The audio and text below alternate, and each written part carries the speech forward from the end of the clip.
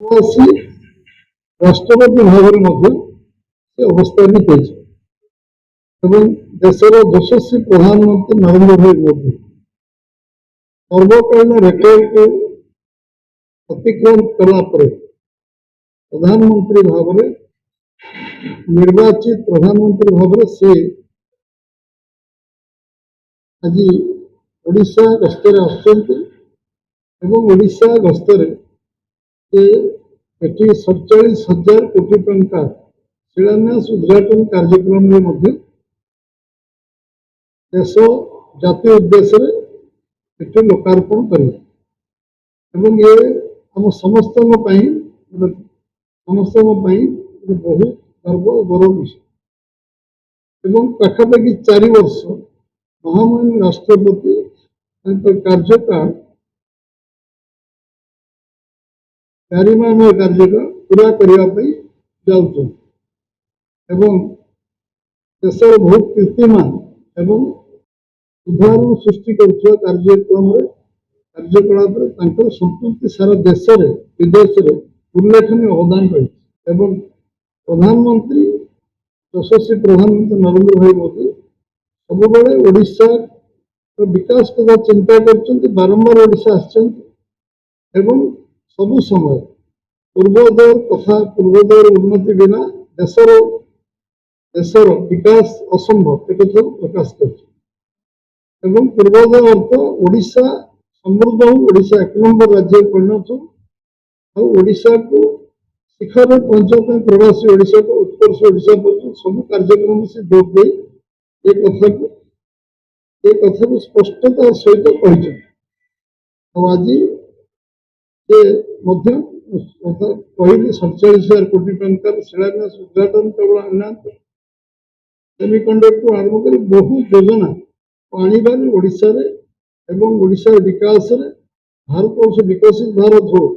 ତା ପାଇଁ ଓଡ଼ିଶାର ଯୋଗଦାନ ଅଧିକ ହଉ ଏ କାର୍ଯ୍ୟକ୍ରମକୁ ସେ କରିବା ପାଇଁ ସଂକଳ୍ପ ନେଇକି ଆସିছে ଏବଂ ମୁଁ ଭାବୁଛି ଯେ ମୟୂରଭଞ୍ଜ ଜିଲ୍ଲା ମାଟି ଆଜି ନିଶ୍ଚୟ ଏ କଥା ସମସ୍ତ ମୟୂରଭଞ୍ଜ ଜିଲ୍ଲାର ବନବାସୀ ଭାଇମାନଙ୍କୁ ଆରମ୍ଭ କରି ସମସ୍ତ ମନରେ ଆନନ୍ଦ ଉଲ୍ଲାସର ବାତାବରଣ ତିଆରି ହେଇଛି ଏବଂ କାଲି ସର୍ବକାଳୀନ ରେକର୍ଡ ଲୋକ ଏଠି ଯେଉଁଭଳି ଭାବରେ ଲୋକ ଆଗ୍ରହ ଉତ୍ସାହ ଉଦ୍ଦୀପନା ଅଛି ନିଶ୍ଚିତ ଭାବରେ କାଲି ଲୋକାରଣ୍ୟ ମୟୂରଭଞ୍ଜ ଜିଲ୍ଲାର ରାଇରଙ୍ଗପୁର ଜନସମାଗମ ଜାଗା ହେବ ଏବଂ ବହୁ ଲୋକ ଏଥିରେ ଚାଲି ନିଜ ବ୍ୟବସ୍ଥାରେ ନିଜ ଇଏରେ ବହୁ ଲୋକ ଆସିବେ ଭଳି ଅନୁମାନ କରାଯାଉଛି ନିଶ୍ଚିତ ଭାବରେ ଯେଉଁ ପ୍ରମୁଖ କାର୍ଯ୍ୟକ୍ରମ ସେ କାଲି ଓଡ଼ିଶା ଉଦ୍ଦେଶ୍ୟରେ ଜାତି ଉଦ୍ଦେଶ୍ୟରେ କରିବେ ସେଗୁଡ଼ିକ ମୁଁ ଆପଣଙ୍କୁ କିଛି ମୁଖ୍ୟ ବିଷୟ ଆପଣଙ୍କ ଆଗରେ ଉଲ୍ଲେଖ କରୁଛି ତାକୁ ଆମେ ଲିଖିତ ଭାବରେ ଦେଲେ ଆପଣ ତାକୁ ସବୁ ବିଷୟକୁ କରିପାରିବେ ସଡ଼କ ସଂଯୋଗ ପାନୀୟ ଜଳ ସ୍ୱାସ୍ଥ୍ୟ ଶିକ୍ଷା ପର୍ଯ୍ୟଟନ ଜଳସେଚନ ଭଳି ମୁଖ୍ୟ କ୍ଷେତ୍ରକୁ ଅନ୍ତର୍ଭୁକ୍ତ କରିଛି ଏବଂ ଏଥିରେ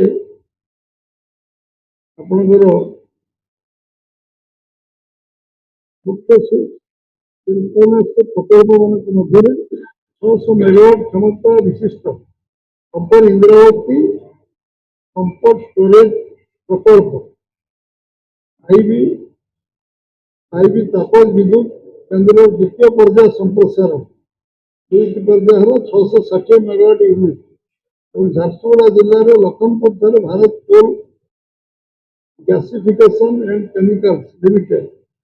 PCGCL ପ୍ରକଳ୍ପ ରହିଛି